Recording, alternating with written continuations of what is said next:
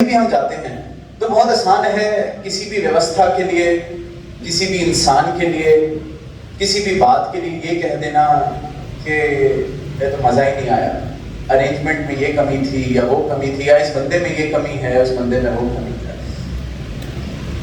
तो एक मूल मंत्र है कि कमी और गलतियां सिर्फ वो ही कर सकता है जो कुछ करता है, जो कुछ नहीं करता वो कोई गलतियां नहीं करता। तो अगर किसी की गलतियां दिख रही हैं, किसी की कमियां दिख रही हैं, मतलब वो बेचारा कुछ कर रहा है जीवन में, तो हमें उससे ये इंस्पिरेशन लगनी चाहिए कि मैं तो अभी सिर्फ कमियां ही देख रहा हूँ, मतलब मेरे पास अपने समय को यूज करने का कोई ऐसा साधन नहीं है, मुझे कमियां ढूंढ ढूंढ के वो अपना टाइम पास करना पड़ रहा है। तो मैं इंस्पिरेशन ले सकता हूँ कि फालतू की कमेंटबाजी, फालतू की नेगेटिविटी, फालतू की कमी पेशी, नुक्ताचीनी से मैं ऊपर उठ के कि जो मुझे इतना सुंदर जीवन सदगुरु ने बख्शा है इसको किसी उपयोग में ला सकूं, किसी और के नहीं तो अपने उपयोग में ला सकूं। और नेगेटिविटी से ही रिलेटेड एक क्वेश्चन आंसर्स के दौरान चल रहा था कि मन में नेगेटिव विचार आते हैं, क्या करा जाए। ऑफिस प्लेस में जाते हैं तो वहां बड़े नेगेटिव लोग हैं, निंदा ना करें तो क्या करें। अब कोई नेगेटिव है उसकी निंदा करके वो पॉजिटिव तो हो नहीं जाएगा। या मन में अगर नेगेटिव विचार आ रहे हैं तो नेगेटिव विचारों से लड़ाई अगर करेंगे तो वो और उनको हम अटेंशन दे रहे हैं। किसी भी जगह हम देखते हैं अगर कोई नेगेटिव ख्याल आया है तो चला भी जाएगा, उसको पकड़ के बैठे रहने की जरूरत नहीं है। दास ने कहीं पढ़ा कि एक व्यक्ति ना एक अंधेरे कमरे में बहुत परेशान हो रहा है कि मुझे अंधेरा तंग कर रहा है, और अंधेरे से लड़ना शुरू कर देता है कि मैं शायद इसको अपने जोर से, अपनी ताकत से हरा दूंगा। अंधेरे से लड़ाई करनी शुरू कर देता है, तो सोचता है कि मैं यहाँ उसको मारूंगा तो अंधेरा यहाँ से खत्म हो जाएगा। स्ट्रगल कर रहा है, संघर्ष कर रहा है अंधेरे के साथ। ऐसे ही हम नेगेटिविटी के साथ संघर्ष कर रहे हैं, वो भी एक सिंबॉलिक वे ऑफ सेइंग है कि ये अंधेरा है। पर जब जब उससे लड़ाई कर रहे हैं, जब जब उसको खत्म करने की कोशिश कर रहे हैं, तो हम अपने ही लूप में फंस रहे हैं। वो नेगेटिव ख्याल आया, मैं सोच रहा हूँ नहीं ये नेगेटिव ख्याल ही क्यों आया मेरे मन में, तो मैंने उस नेगेटिव ख्याल को और पक्का करना शुरू कर दिया। तो वो जो इंसान अंधेरे से लड़ रहा था उसको किसी ने कहा कि अंधेरे से लड़ने का कोई फायदा नहीं है, आप वहां से रोशनी ले आइए, अंधेरा चला जाएगा। तो अंधेरे से अगर जीतना है तो वहां रोशनी ले आए। नेगेटिव ख्याल आ रहे हैं तो उससे लड़ाई या उससे परेशान ना होए, हम अपनी तरफ सिर्फ पॉजिटिविटी की तरफ खुद को बढ़ाएं, सतगुरु के चरणों की तरफ खुद को बढ़ाएं। और ये जीवन के हर पहलू में इसका उपयोग किया जा सकता है। और साथ ही कुछ सवाल जब आए तो दास के मन में एक बात आई कि कैसे हमने कहीं कोई ऐसा मैसेज कभी दास को नहीं लगता केंद्र से किसी भी ब्रांच को मिला होगा, पर फिर भी कैसे हमने कुछ अपने आप ही अजम्पशंस बना लेते हैं और फिर उन अजम्पशंस को फैला देते हैं। जैसे क्वेश्चन आया कि सत्संग में ताली बजाना मना, दास को नहीं लगता कि कभी भी ऐसा कहा हो कि संगत में अगर गीत चल रहा है, हमारी लिप जुड़ी है, और एक भक्ति भाव में, मर्यादा में, सहज में अगर हम ताली बजा रहे हैं, तो दास को नहीं लगता कहीं पे भी किसी ने मना किया है। पर ये बात नहीं समझ आई कि ये ब्रांच लेवल तक, इतने रूट लेवल तक ऐसी मिसकंसेप्शंस कैसे बन जाती हैं। तो मन में यही भाव आया कि जब संवाद होता है, जब कोई बात कही जाती है, तो कहने वाला कह क्या रहा है, बोलने वाला बोल क्या रहा है, ये समझा ही नहीं जाता। बोला क्या जाता है, समझा क्या जाता है, और आगे फिर उस बात को बताया क्या जाता है। हमें सुन के सुनाने की इतनी जल्दी है कि ये हम देख ही नहीं पाते या समझ ही नहीं पाते कि जो मुझे पहली बार में कहा जा रहा था, क्या मैं वो बात समझा हूँ, उसका भाव मुझे समझ आया है। सदगुरु माता जी ने हमें उपदेश दिया कि सत्संग में फोन का इस्तेमाल नहीं करें, फोटोज नहीं खींचनी। इसके पीछे पर्पस सिर्फ यह था कि सत्संग की एक मर्यादा है, एक गरिमा है, हमने वो बनानी है, उसको कायम रखना है। कोई कैमरा आज इतने सारी स्टूडियो की टीम खड़ी है, हर सत्संग में इतनी स्टूडियो की टीम होती है, तो अगर कैमरा से प्रॉब्लम हो तो फिर तो ये सेवाएं भी ना लगे, और वो मर्यादित रूप में की जा रही है, उनको पता है उनकी सेवा क्या है। अब हमने जब सदगुरु माता जी की हजूरी में समागम हम अटेंड करते हैं तो अधिकतर दास देखता है, 100% नहीं कहेगा क्योंकि वो सत्य नहीं होगा, पर अधिकतर महापुरुष फोटोज नहीं खींचते, फोन्स नहीं यूज करते, पर वहीं किसी ब्रांच की सत्संग की फोटोज वीडियोस यूट्यूब पे देखने को मिलते हैं, व्हाट्सएप पे सर्कुलेट होते हुए दिखते हैं। तो फिर हम बात समझे ही नहीं। बात ये नहीं कही गई कि सदगुरु माता जी की फोटो या सदगुरु माता जी की हजूरी में फोटो नहीं खींचनी, वो तो है ही है। सत्संग में फोटो नहीं खींचनी, सत्संग में फोन का उपयोग नहीं करना। तो बोला क्या जा रहा है, समझा क्या जा रहा है, भाव क्या है? जीवन में इतनी अनमोल दात सदगुरु के, दुनिया के मालिक के वचन, उपदेश, प्रवचन हमें इतने सहज में मिल जाते हैं, हम उसका मतलब ही नहीं समझ पाते, बात ही नहीं समझ पाते, भाव ही नहीं समझ पाते, कदर ही नहीं डाल पाते। कोई बात कही जा रही है, रिश्तों में भी कई बार बात होती है, कहा कुछ था, समझा कुछ, बोला कुछ, रिश्ता खराब। तो अगर कुछ नहीं समझ आया, इससे पहले इसको आगे जाके सुनाया जाए, पूछ लें कि क्या यही बोला गया है। और अगर कहीं से घूमती फिरती बात मुझ तक पहुंच रही है, इसको वेरीफाई तो करें, ये बात सच्ची है, इस बात की जरूरत है या नहीं। तो एक बहुत महत्वपूर्ण पहलू है, इतना विस्तार इस मिशन का, कोई बात कही गई और आज जब देखते हैं कि इस तरह से भ्रम फैलाए जा रहे हैं कि ताली बजाना मना है। हाँ, बात है कि विचार चल रही है, बात क्या कही जा रही है, और वहां हम अचानक से बिना सुने ताली बजाने लग जाएं। बात ऐसी कोई थी भी नहीं जिसपे ताली बजाई जाए, तो इसका मतलब ये है कि हम ना सत्संग विवेकपूर्ण सुन रहे हैं। दो महापुरुषों ने कहीं से उठ के ताली बजा दी, हम सब ने भी ताली बजानी साथ साथ शुरू कर दी। तो किस बात पे ताली बज रही थी, क्यों बज रही थी, ये किसी को याद नहीं, और हजारों की तादाद में हम ताली बजा रहे हैं। तो चेतन होने की हिदायत दी जा रही है, क्यों किया जा रहा है, क्या कहा जा रहा है। और फिर ताली बजानी है तो इतनी जोर जोर से मैं ताली बजाने लग गया कि सत्संग की मर्यादा ही भंग हो गई। ताली इतनी जोर से बजने लग गई कि संगत में जो महात्मा बोल रहे थे, गीत गा रहे थे, उनके बोल नहीं सुनाई दिए, सिर्फ तालियां ही बज रही। भाव समझना, बात समझनी है, कहा क्या जा रहा है, सदगुरु क्यों कुछ कह रहे हैं, क्या कह रहे हैं। विवेक का हमने जिक्र सुना पिछले 2 दिनों में, निरंतर सत्संग में जाते हैं, विवेक का जिक्र सुनते हैं। तो ये बहुत छोटी छोटी बातें, छोटे छोटे पहलू, कि किसी को अगर सेवा मिली है तो वो ऐसे क्यों करते हैं, वैसे क्यों करते हैं। तो दास ने तब भी राकेश जी को यही कहा, और उन्होंने सबसे साझा भी की बात कि किसी को अगर सेवा मिली है, वो परफेक्शन का स्टैंप नहीं लगा दिया गया है कि ये तो कोई गलती कर ही नहीं सकता। फिर बताया गया कि पूर्ण तो सिर्फ सदगुरु है, और अगर मैं सिर्फ कमियां देख रहा हूं तो मुझे खुद में भी सुधार करने की जरूरत है कि मुझे कमियां ही क्यों दिखती हैं। प्रसाद संगति, कल सवाल जो था माया को लेके, सबने बड़ी खूबसूरती से उसके जवाब दिए, अपने अपने पर्सनल एक्सपीरियंस भी शेयर किए। और ये बात भी फिर राकेश जी ने कही कि जब कोई नमस्कार करता है सदगुरु के चरणों में या अपने भवनों पे, अपनी ब्रांचेस में या कहीं पे भी, तो हम वो सदगुरु को अर्पित कर देते हैं वो माया। फिर हम वो कहते हैं कि जहाँ पहला ही प्रण तन मन धन निरंकार का है, उसी भाव से इसको अर्पित किया जाता है। तो फिर उसके बाद ऐसी स्टेटमेंट्स, ये तो साध संगत की माया है, ये तो ये है, ये तो वो है, वो गुरु की है। गुरु उस माया से जो चाहे वो करे, उनको जो उचित लगे वो करे।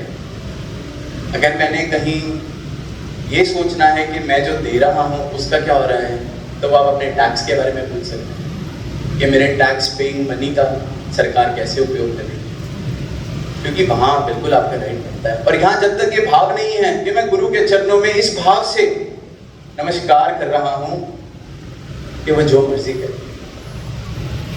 तो एक कहानी दास को कल शाम से ऐसे बड़ी प्रिय है दास को, वो कहानी पर लगता है कि आज सब बैठे हैं इस पारिवारिक रूप में, तो सबके साथ साझी की जाए। कहानी है हम सब ने बहुत सारे गीत आमिर खुसरो जी के द्वारा सुने हैं, हम सुनते हैं छाप तिलक, और हर गीत अपने गुरु पर, अपने पीर पर, हज़रत निज़ामुद्दीन औलिया, उनकी उस्तत में अपने प्रेम को जाहिर करते हुए, अपनी भक्ति को जाहिर करते हुए उनके लिए। तो एक कहानी आती है उस समय की कि हज़रत निज़ामुद्दीन जी के दरबार में एक इंसान आता है, बड़ा गरीब आदमी आके उनके पास आके कहता है कि अगले महीने मेरी बेटी की मुझे शादी करनी है और मेरे पास कुछ नहीं है, और मुझे सबने कहा कि आपके दरबार में चले जाऊं तो खाली हाथ नहीं लौटूंगा, तो मैं तो बस इसी उम्मीद से आया हूं कि कुछ मुझे मिल जाए ताकि मैं अपनी बेटी की शादी कर सकूं। तो आगे से उन्होंने जवाब दिया कि देख, मेरे पास तो कुछ है नहीं, पर हाँ, वो कहता है फिर आगे से कि पर मैंने सुना है कि आपके दरबार में तो सारे आते हैं, आपके इतने चाहने वाले, इतने भक्त, आपको पीर मानने वाले आते हैं, कितना कुछ भेंट करके जाते हैं, तो यहाँ तो मैंने सुना लाइन लगती है खजानों की। कहते चल ठीक है, तूने सुना है तो आगे से हज़रत निज़ामुद्दीन जी कहते हैं एक काम करते हैं, आज और कल तू यहीं रुक जा, जितनी भेंटा आएगी, जो भक्त आएंगे, जो प्रिय आएंगे, जो भेंट करके जाएंगे, तू सब ले जाएगा, 2 दिन तो यहीं ठहर जा और अपनी बेटी की शादी करा लेना। उसके बाद वो बहुत खुश, उसको लगा वाह, मैं तो थोड़ी सी भेंट के लिए आया था, पर ये तो मैं पता नहीं कितने हीरे जवाहरात ले जाऊंगा यहाँ से 2 दिन में, कि पता नहीं जैसे किसी राजा के बच्चे की शादी हो, मैं अपनी बेटी की शादी वैसे कर पाऊँ। अब उन 2 दिन का हाल ऐसा हुआ कि 2 दिन में कोई ऐसा चाहने वाला, कोई ऐसा भक्त आया ही नहीं जो कुछ भेंट करके गए। 2 दिन कुछ भी नहीं, और वो आदमी बहुत मायूस, कोई अगर 2-4 आए भी तो वो भी उसके जैसे वाले जिनके पास खुद कुछ नहीं, वो तो अपने प्रेम के लिए आए, प्यार के लिए आए, कुछ देके भी गए तो किसी वजह एक पैसा 2 पैसे। बस कहानी अभी कंटिन्यू करेगा, पर एक भाव है कि अगर उस दिन कोई आया भी होता जिसने लाखों दिए होते, करोड़ों दिए होते, अपने आप को पूरा का पूरा वहां भेंट कर दिया होता, वो ये नहीं पूछता कि हजरत साहब आप इस पैसे का करोगे क्या, इस माया का करोगे, पर कोई आया ही नहीं। अब वो आदमी बहुत मायूस, तो हजरत साहब ने कहा कि देख, मेरे पास तो कुछ बचा नहीं देने को, एक काम कर, मेरे जूते हैं, तू ये ले जा, जितने के पिक गए कुछ तो तुझे मिल जाएगा, शायद एक रोटी की तू अरेंजमेंट अपने सारे मेहमान हैं, सारे परिवार वाले हैं घर पे। और बेचारा क्या करता, उसको कोई खास उम्मीद तो थी नहीं, ले गया। हजरत ने कहा माफ़ी मांगते हुए कि अभी तो यही हैं, ये जूते तू ले जा और देख फिर जो बनता है तेरा, मुझे माफ़ करना, मैं कुछ खास सामान लेकर नहीं पाया।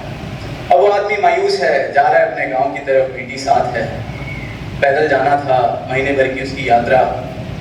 10-15 दिन बाद देखता है कि बहुत बड़ा उसको वहाँ से मिट्टी उड़ रही है, और ऐसे लगता है कि कोई आ रहा है, कोई पूरा काफिला चल के आ रहा है। और थोड़ी सी और नज़दीक जाता है, काफिला थोड़ा और नज़दीक आता है, तो देखता है वहाँ हाथी घोड़े, 10-12 हाथी, 10-12 घोड़े, 10-12 ऊँट, काफिला चल के आ रहा है। पास पहुँचते हैं, तो वो देखता है काफिला उसकी तरफ उड़ने लग गया है, उस इंसान की तरफ। तो कहता है ये कहीं मेरी तरफ ही तो नहीं आ रहे। देखते देखते पास पहुँच के कहता है कि मुझे एक बात पूछनी है आपसे। तो काफिले, जिसका वो काफिला होता है, वो उतर के आता है और पूछता है उस इंसान से, मुझे एक महक आ रही है आपके पास से, मेरे पीर की महक आ रही है आपके पास से, क्या कुछ है उनका आपके पास? क्या हजरत निजामुद्दीन औलिया के पास से होके आए हैं आप? उनकी महक आ रही है आपके आसपास से, उनके चरणों की महक आ रही है। तो वो कहता है कि हाँ, मैं 10 दिन पहले वहाँ से ऐसे ऐसे, तो ये उनके जोड़े, उनके जूते मेरे पास। आप कौन? कहता है मैं उनका एक सबक हूँ, चाहने वाला हूँ, मेरे पिंड प्राण सब कुछ है वो, मेरा नाम आमिर खुसरो है। तो कहते और ये कहते हैं मैं भी, हम सब जानते हैं, इतिहास पढ़ते हैं तो वो इतनी बड़ी हस्ती थे आमिर खुसरो के, हर राज्य उनको बुलाता था, हर राजा उनको चाहता था कि वो उनके दरबार में आए, अपनी जो उनकी पोइट्री थी वो सुनाएं। हर किसी की चाहना थी कि उनको होस्ट किया जाए एज अ गेस्ट, और फिर उन पे हीरे जवाहरात पता नहीं क्या क्या वो लुटाते थे, जैसे हम फिल्मों में भी देखते हैं। वो कहते मैं तो साल 2 साल की यात्रा के बाद आ रहा हूँ, और साल 2 साल जिस राजा के पास गया, जिस राज्य में गया, ये सब उन्होंने मुझे दिया है, सब वो भेंट है, किसी ने हीरे दिए, जवाहरात दिए, सब कुछ दिए। पर ये सब छोड़ो, मुझे महक आ रही है कि ये जूते मुझे मिल सकते हैं, इसके बदले ये सब कुछ ले लो, ये जो मैं लेके आया, ये सारे हीरे, इस काफिले पे जितना सामान लदा हुआ है, हीरा है, सोना है, चांदी है, मोती है, मैं नहीं पूछूंगा, बस मुझे मेरे पीर के जूते दे दो, क्या तुम ये कर दोगे मेरे लिए? और वो इंसान बड़ा खुश, उसको लगा मूर्ख मिला है मुझे कुछ, जूतों के बदले क्या सारी की सारी दौलत देने को तैयार है, इससे पहले मन बदले जल्दी से इसको जूते दूं और सामान लो इससे। अब ऐसा ही हुआ, उन्होंने जूते दिए, आशिक को जो चाहिए था वो मिल गया, पीर के अपने जूते मिल गए, और वो खुश चलते चलते 15 दिन का सफर करके पहुंचते हैं हजरत साहब के दरबार में। और हजरत साहब आगे से पूछते हैं मिल गए जूते? तो वो कहते हैं हाँ जी मिल गए। क्या दिया इनके बदले? जो कुछ था 2 साल में, जिसने जो दिया था सब दे दिया। तो आगे से हजरत निजामुद्दीन औलिया जी ने जो कहा, ये तो बड़े सस्ते में मिल गए। अब साथ संगत वही जूते जब वो 15 दिन पहले, 20 दिन पहले उस इंसान को दिए जिसकी बेटी की शादी थी, उससे माफी मांग के दे रहे हैं कि मैं तेरे लिए कुछ नहीं कर पाया, ये दे दे। और जब वही भक्त जिसको उसकी कीमत थी और इस गुरु को पता है कि इसको कीमत है इनकी और इसको पता है कि क्या लेके आया है, तो उसको बता दिया कि अभी भी सस्ता सौदा है। भाव ये समझने हैं कि मैं किस श्रेणी में हूं, और दास को लगता है जब तक ये वाले भाव ना आए,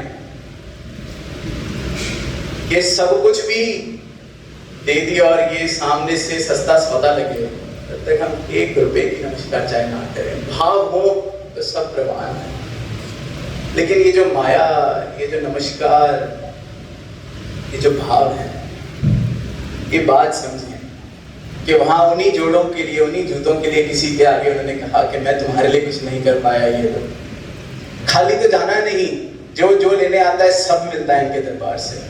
वो आदमी अपनी बेटी की शादी कराना चाहता था, 2 साल से आमिर खुसरो ने जितनी दुनिया से, जितनी जवाहरात, जितनी जायदाद, जितने हीरे इकट्ठे किए, सब मिल गए। जो जिस भाव से, जिस चीज के लिए इनके पास आया है, सब कुछ मिलता है।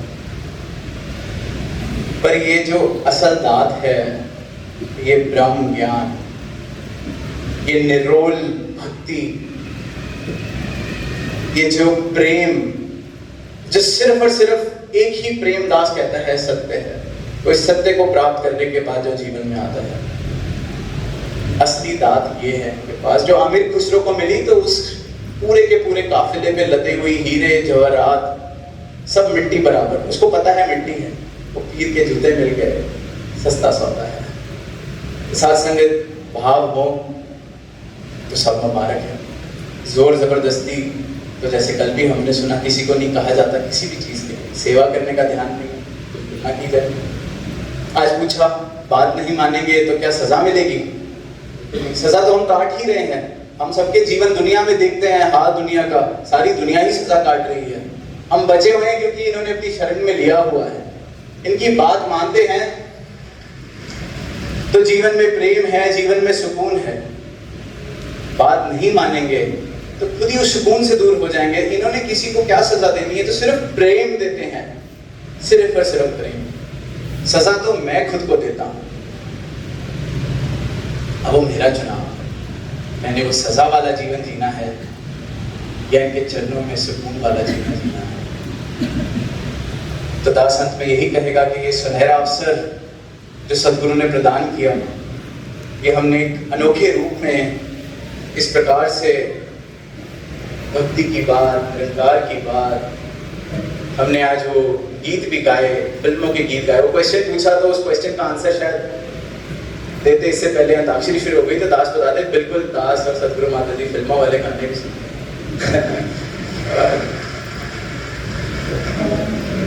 और समय मिलता है तो OTT प्लेटफॉर्म्स पे जो शोज अच्छे लगते हैं हम वो भी देखते हैं। ऐसी कोई तो आपकी जो मर्जी गाना सुनिए, जरूरी नहीं है कि वो सिर्फ प्रेम वाले गाने जिनका इज़हार हो रहा था। आप जिम जाते हैं, हम आपको फास्ट बीट वाले गाने सुनने, बेशक जो मर्जी सुनिए। वो ये संसार भी इन्होंने बनाया है, उसमें भी पूरा आनंद हमने लेना है, इसलिए मध्यम मार्ग की बात की गई। किसी को ये नहीं कहा कि गाने सुनने तो सिर्फ इस टाइप की सुनने हैं, संगत में जाना है तो सर ढंके ही जाना है, बात करनी है तो सिर्फ यही करनी। दिल मेरा, मन मेरा, लिव मेरी सिर्फ इस निरंकार से हर पल जुड़ी रहे, तो भक्ति है। प्ले में देखा हमने एहसास इस परमात्मा का पल पल। फिर ये संसार भी इन्होंने बनाया है, हम सबके लिए भी बनाया है, इसमें विचरे सारी खुशियां मनाएं, हर तरह के उत्सव मनाएं। और कल एक क्वेश्चन किसी ने पूछा, 17 साल के कोई महात्मा या बहन के दास को लगता है कि दास को प्यार हो गया है, तो दास ये कहना चाहिए मुबारक हो, क्योंकि प्यार हुआ है तो मुबारकबाद की आप बात करें, क्योंकि प्रेम जीवन में आया है तो मुबारकबाद। जीवन में प्रेम ही बना है, किसी का दिल ना दुखाएं, प्रेम जिस भी रूप में आए, जैसे कि बताया कि पारिवारिक रूप में इसके साथ, किसी और प्रेयसी रूप में किसी के लिए प्रेम आया है, तो बहुत मुबारक बात है। वो जीवन जिसमें प्रेम बना रहे, प्रेम आया है तो उसको और प्रफुल्लित करें अपने जीवन में हर रूप में, लेकिन वो प्रेम का स्रोत जो है वो सदगुरु के चरणों की भक्ति। प्रेम से कहना, प्यार से कहिए धन निरंकार जी। संतजनों, निरंकारी राज पिताजी के इन पावन आशीर्वादों के बाद अब समय है सदगुरु माता सुदीक्षा जी महाराज के प्रवचनों से प्रेरणा और मार्गदर्शन प्राप्त करने का। ये आशीर्वाद सदगुरु माता जी ने 30 मार्च को दिल्ली में आयोजित एक सत्संग कार्यक्रम में प्रदान किए। सत्संग जी, प्यार से कहना निरंकार जी। आज यहाँ दिल्ली में सभी ने सत्संग में देश विदेश और देश के अनेक राज्यों से महापुरुषों को श्रवण किया, वो चाहे एक माध्यम जो भी रहा, भाषा जैसे भी रही, संदेश इस निराकार का ही भक्ति में जीवन को जीने का रहा। और यही पिछले 2 दिनों से भी एक समालखा में चाहे ये मीटिंग रूप रहा था, जहाँ सभी एडमिनिस्ट्रेशन से जुड़े हुए आए भक्त, और वहाँ भी कुछ चीज़ों की क्लैरिटी होती रही। पर साथ ही ये फोकस पॉइंट सभी को बार बार कहा गया कि सबसे पहले ये संतों की सेवाओं के लिए जो एक रूप है उसमें सेवा दे रहे हैं, तो खुद को भी हर समय संतों का दास ही माने। एक भाव कुछ और ना बन जाए, कोई खुद को किसी तरह से संगत से अलग ना समझे, सभी संगत की सहूलत के लिए। तो बात वही कि भक्तों को हमेशा से युगों युगों से एक अपने प्रियतम इस निराकार के प्रति ही प्यार रहता है, और यदि एक मन जुड़ा रहे उसी के लिए ये सत्संग का भी आयोजन, एक सेवा भाव भी, मन से सुमिरन भी, और सत्संग आके भी फिर संतों की वाणी कि क्या संदेश मिल रहा है उस पे गौर करके ये जीवन कैसा सही दिशा में रहते हुए एक सबलता चला जाता है, एक अच्छी चीजों को अपनाते हुए एक ये पॉजिटिव तरफ ही जीवन का विस्तार होता रहता है, ये निराकार पे मन लगा रहता है। तो बात वही कि सत्संग आना सिर्फ यही बात नहीं कि आए और सुना चले गए। बात है कि ये मन हमारा उस समय कहाँ है। हम बैठे तो हुए हैं, पर क्या वाकई ही एक संतमती, एक संतों के साथ जुड़ रहे हैं, या वही अपने रोजमर्रा की जिंदगी या कोई ख्यालों में खोए हैं, कोई विचार और ही दिमाग में चल रहे हैं। तो ये मन तो अपना चंचल रूप बनाए रखता है, ये स्थिर होना पसंद नहीं करता, पर ब्रह्म ज्ञान से, ये चेतनता से, इस निराकार स्थिर के अंदर टिककर ही मन को स्थिर किया जा सकता है। वरना तो पुरातन समय से यही एक चलता आ रहा है। चाहे आज के युग में बोलते हैं डिस्ट्रैक्शन ज्यादा है, पर जब उस तरह से कम भी थी तो भी मन का काम तो यही था, इधर उधर भागना टिकना नहीं, इस निराकार पे केंद्रित कम होता था। तो उस लिहाज में तो कुछ अलग नहीं हो रहा। और कैसे संतों ने तब भी अपने आप को फोकस वापस निराकार पे ही, परमात्मा पे ही किया, और आज भी यही एक तरीका है। और अभी भी वही संदेश जो युगों युगों से हम सुन रहे हैं कि जीवन को ठीक तरह जीना है तो वाकई ही जीते जी स्वर्ग प्राप्त किया जाए, जीते जी ब्रह्मलीन हुआ जाए। और ये सिर्फ और सिर्फ परमात्मा की प्राप्ति इस ब्रह्म ज्ञान से ही हो सकता है। और सिर्फ ले लेना ही काफी नहीं, हर पल इस ब्रह्म ज्ञान पे चलना भी जरूरी है, वरना तो लिया ना लिया एक बात है। तो हर समय जिन्होंने इस परमात्मा को मन में बसाया, बाकी ही वो भक्तों में उनकी गिनती होती है। और ये हर एक का अपना मार्ग, अपना रिश्ता इस परमात्मा से, ये फिर एक दूसरे को देखा देखी उस तरीके से नहीं भक्ति होती। ये अपना मन इस परमात्मा के साथ जोड़कर अपना पर्सनल रिश्ता एक बनाया जाता है। और आसपास फिर दिखने वाले भी बहुत होते हैं, कोई किसी वजह से आया हो सत्संग। अक्सर हम उस नियत से यही देखते हैं कि हम सत्संग भक्ति करने आए हैं, निराकार से जुड़ने आए हैं, पर किसी और का उद्देश्य कुछ और हो सकता है। कोई इस वजह से आया हो सकता है कि एक घर से प्रेशर है, एक सब चल रहे हैं तो हम भी चलते हैं, नहीं तो घर वाले फिर एक नाराज होंगे। या कोई एक आइडेंटिफाई किए हुए हैं, कोई बिजनेस समाज के लोग, तो वो सत्संग में आते हैं तो हम भी आके फिर इनसे इस तरह से ताल्लुकात बना के अपने एक फाइनेंशियल एस्पेक्ट को मजबूत कर सकते हैं। कोई भी वजह और हो सकती है भक्ति के अलावा। तो हर कोई सत्संग जो आ रहा है वो भक्ति की नीयत से नहीं आ रहा, तो वो भी अपने अंदर सोच विचार कर ले कि ये सत्संग में अगर भक्ति के अलावा और कोई उद्देश्य से आ रहे हैं तो कहाँ जीवन में खड़े हैं। बाकी चीजें तो संसार में हासिल की जा सकती हैं, एक अपने पर्सनल सेल्फिश चीजों के लिए तो फिर पद पदवियां भी संसार में अनेकों उपलब्ध हैं।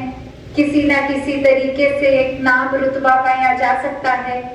तो वही अगर मेंटालिटी, वही चतुर चालाकियां हम सत्संग में भी लेके आ रहे हैं तो वाकई ही क्या हम सही मायने में भक्ति कर रहे हैं, या भक्त बोलने के भी अधिकारी हैं या नहीं है। और यहाँ तो एक सीधा ही ब्रह्म ज्ञान की प्राप्ति के बाद वो महान आत्मा महापुरुष की तरह संबोधित भी किए जाते हैं। तो सिर्फ शब्द ही नहीं, कर्मों से भी ये निराकार भी हमारे कण कण में, जहाँ संसार में कण कण में बसा है, हमारे भी रोम रोम से वही प्रदर्शित हो, वही भाव हो। वरना तो ऐसा भी है जैसा अब एक दासी कहानी का उदाहरण लेके ये बात रखेगी कि कैसे एक समय में एक जगह जहाँ सत्संग रूप ही एक गुरु और अनेकों शिष्य उनके साथ ही जगह जगह जाते रहते थे, और एक दिन एक शिष्य अपने गुरु को समझाते हुए कहते हैं, बोलते हैं कि आप ही के अनुयायियों के बीच, हमारे बीच में अब कोई ऐसी किसी ने अफवाह बना दी है या कोई बात बोल दी है, उससे काफी अनुयायी टूट गए हैं और अब वो कह रहे हैं कि आज की सत्संग के बाद अब वो ये आएंगे नहीं, वो निकल जाएंगे यहाँ से। और ऐसा बोलने पे वो गुरु के मुंह पे कोई ना आप भाव बदले, ना एक्सप्रेशन बदले, और बात यही आई कि फिर वो भक्त पूछता है कि इतनी बड़ी संख्या से हमसे कम हो जाएंगे, तो ये आप इस चीज को लेके कुछ चिंता भी नहीं आपके मुंह पर दिख रही। और उत्तर में यही आता है कि जो टूटे हैं वो तो कभी जुड़े ही नहीं थे। तो बात यही वो भी समझाते हैं कि अगर सत्संग में रहकर भी एक सिर्फ कुछ किसी की बात का असर इस तरह ले रहे हैं, कोई बोले सुने पे चल रहे हैं, या फिर एक किसी ने संतमति के अलावा मनमत की ओर जाना है, कोई बुराइयों को हावी होने देना है, तो वाकई ही वो सत्संग सुन भी नहीं रहे थे। वो तो सिर्फ उपस्थित थे, एक उनका शरीर जरूर हमारे इर्द गिर्द हर सत्संग में उपस्थित होता था, पर मन से तो नहीं जुड़े थे। तो ऐसे जुड़ने से तो अच्छा ये एक दोगलापन, ये एक ड्युअलिटी है, ये एक हिपोक्रेसी है। तो ऐसे से ज्यादा बेहतर है उनका जहां मन लगता है वो वहां जाएं, सत्संग में नहीं लगता तो घर बैठ लें। तो बात वही कि हर एक को अपना सही कारण पता होना चाहिए कि क्यों आना है सत्संग में। अगर वो भक्ति या निराकार से उस वजह का कोई लेना देना नहीं है, तो उससे अच्छा शरीर को भी इतनी फिर मेहनत ना करवाएं, घर से सत्संग हॉल तक ना लेकर आए। तो बात वही कि सिर्फ कोई क्रिया की तरह चीज को नहीं करनी, एक वाक्य ही आध्यात्मिक एक पहलू जीवन का, वो सिर्फ किसी को प्लीज करने के लिए या किसी के अच्छी किताबों में घुसने के लिए नहीं है, उनकी नजर में अच्छा बनने के लिए नहीं। ये भक्ति तो स्वयं का विषय है, ये भक्त और भगवान की बात है। तो अगर वाकई ही ये कारण की बजाय कोई और कारण है, तो फिर भक्ति से तो हम दूर हैं। भक्ति तो क्या, एक बार ये भी सोच ले क्या ज्ञान भी टिका है कि नहीं, क्योंकि निराकार ने भी जीवन में उतनी देर ही टिकना है जब तक सेवा सिमरन और सत्संग को बैलेंस करके रखेंगे, जब तक जीवन में मानवीय गुणों को हम अपने हर पल में ढालेंगे, एक मन को चंचल नहीं स्थिर करके जिएंगे, एक छोटी छोटी बातों का प्रभाव अपने ऊपर नहीं पड़ने देंगे, एक अपनी भाषा को, सोच को दूषित नहीं करेंगे, गाली गलौज नहीं करेंगे, एक कोई भी पहलू जो पॉजिटिव है, अगर वो रीजन है तो वो एक बाय प्रोडक्ट सत्संग का जरूर होगा। पर अगर जीवन में एक कलेश का एक रास्ता हमने अपना लिया है, अपना भी दिल खट्टा करते हैं, भाषा खराब करते हैं, मन में नफरतों को पालते हैं, तो फिर एक हकदार इस सुकून के तो हम नहीं हो सकते, चाहे जितना मर्जी सत्संग आते रहे। तो बात सिर्फ वो नहीं कि कोई अटेंडेंस रूप होना है, एक हमेशा बात जो कही जाती है कि एक हाजिरी एक क्वांटिटी रूप और एक क्वालिटी रूप होता है। तो एक क्वांटिटी आए मुबारक है, पर जो क्वालिटी है वो होनी चाहिए। वो फिर अगर थोड़े भी हो पर क्वालिटी हो, वो ज्यादा बेहतर है, जो बिना अपना मन पक्का एक निराकार पे जोड़ने के उद्देश्य से आ रहे हैं। और अगर सभी जो आ रहे हैं वो निराकार पे टिके हैं, तो वाकई ही वो क्वालिटी भी अचीव हो रही है, क्वांटिटी भी, और अपना आध्यात्मिक पहलू हर एक का इंडिविजुअली भी एक बहुत ही गहरा होता चला जाएगा। तो बात वही कि हम अक्सर इतने हल्के में ले लेते हैं कि हर संगत ने यही तो प्रेरणा दी जा रही है, सिमरन करें, सत्संग करें, सेवा करें, निरंकार पे विश्वास रखें, और तो कोई बात है नहीं, तो क्या नया है। अक्सर ख्याल ऐसा भी जाता है, पर इसी बात को गहराई में देखें तो वाकई ही हम खुद अपने जीवन में ये एक्सपीरियंस भी करते हैं कि यहाँ तो इतनी एक प्रोविजन है कि कहीं पे भी हम रहते हैं वहां से हमारा सत्संग भवन बहुत ही नजदीक है। पर अक्सर देश विदेश में जाकर ये सत्संग का कदर हर एक को और बढ़ जाता है, क्योंकि अक्सर कोई ट्रैवल उनके इतने बड़े होते हैं, कोई जगह में तो वो फ्लाइट की टिकट काट के कोई अपने नियरेस्ट भवन पे पहुंच पाते हैं। कई जगह पर किसी और एक हिंदुस्तान में भी अगर देखा जाए तो कभी कभी एक पहाड़ों या ऐसे ग्रामीण एरियाज में अपने भवन पहुंचने के लिए ही वो साधन पैदल भी होता है, बस भी होता है, अनेकों माध्यम बदल के कोई सत्संग भवन आ पाता है। तो जस्ट बिकॉज हमारे पास एक आराम से सत्संग की सहूलत है, हम उसकी कदर ना खो दें। सिर्फ यही ना सोचे कि कोई ऐसा ना भी गए तो क्या ही हो जाएगा। मन में अगर खिंच है वो तो उसकी मोहताज पे नहीं होगी कि सत्संग भवन दूर है या नजदीक, वो तो अपने आप ही मन दौड़ता सत्संग में आएगा। कोई ना कोई अगर व्यस्त भी है तो मन फिर सत्संग आने का बहाना बनाएगा। तो ये हमारा सिर्फ ये कोई पर्सनल व्यक्ति विशेष एक रीजनिंग हमने कोई स्पेसिफिक पर्सन के एक हो सकती है, पर एक अगर वाकई की कोई जेन्युइन बात है, कोई स्थिर हो गया शरीर के कारण एक बेड तक कन्फाइन हो गए हैं या फिर किसी वजह से बुढ़ापे का या कुछ भी वजह और शारीरिक एक तबीयत ना ठीक होना, एक किसी और पे डिपेंडेंसी हो गई इस शरीर की, तब तो समझ में आता है कि स्वयं अगर चल फिर नहीं सकते तो कैसे आएंगे। पर ऐसे केसेस में ये परिवार भी बहुत साथ देता है जो वाकई ही इस परमात्मा से जुड़ा है, फिर वो भी कोई ना कोई तरीका सत्संग तक लाने का बना देते हैं। पर जहाँ पर अपना शरीर ठीक चल फिर रहा है वहां फिर हम अनेक अपनी बुद्धि के कारण ही कोई ना कोई कारण बना लेते हैं कि आज की सत्संग मिस भी हो गई तो कोई बात नहीं, हम इस समय एक ये काम कर रहे हैं, वो कर रहे हैं। काफी बार हो सकता है वो एक जेन्युइन वजह भी हो सकती है कि कहीं बहुत ही ज्यादा एक आवश्यक जगह पे पहुंचे हैं, तो एक शरीर है वो एक जगह पे तो एक ही जगह पे हो सकता है। तो जहाँ तो बहुत जेन्युइन है वहां फिर मन से सत्संग ना आके भी वो मन में ही सत्संग बस गया है, तो कहीं काम काज पे ऐसे अटक गए हैं तो उधर भी उस समय मन सत्संग में है तो सत्संग ही हो रही है। पर जहाँ सिर्फ इसको बहाने की तरह यूज किया जा रहा है कि एक टाइम मैनेजमेंट हमारी खराब है तो हमने सत्संग के समय ही 10 काम करने हैं और फिर कह देना है कि व्यस्त हैं इसलिए सत्संग नहीं आ पा रहे, तो फिर तो वो एक बहाने वाले खाते में जुड़ गया। वो कोई जेन्युइन इशू नहीं, एक असली कारण नहीं है सत्संग ना पहुंचने का।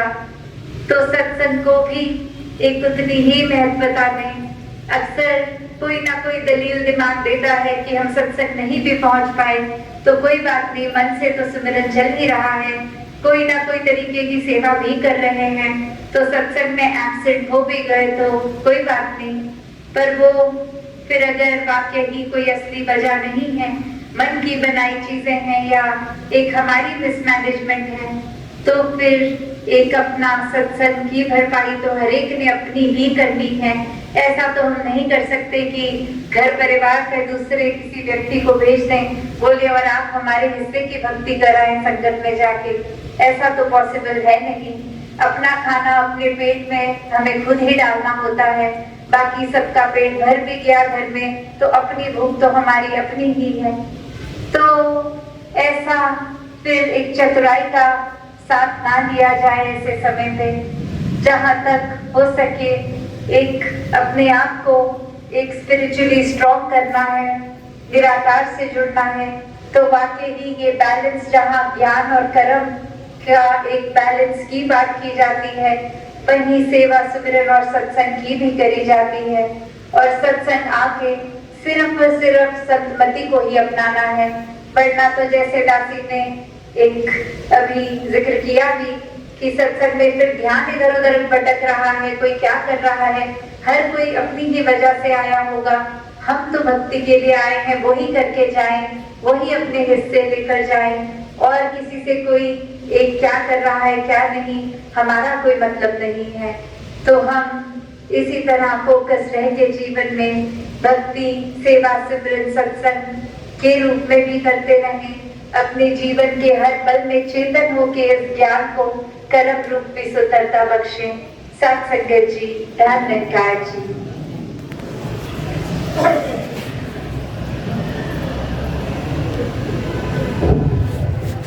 साथ संगत जी बड़े प्यार से कहना।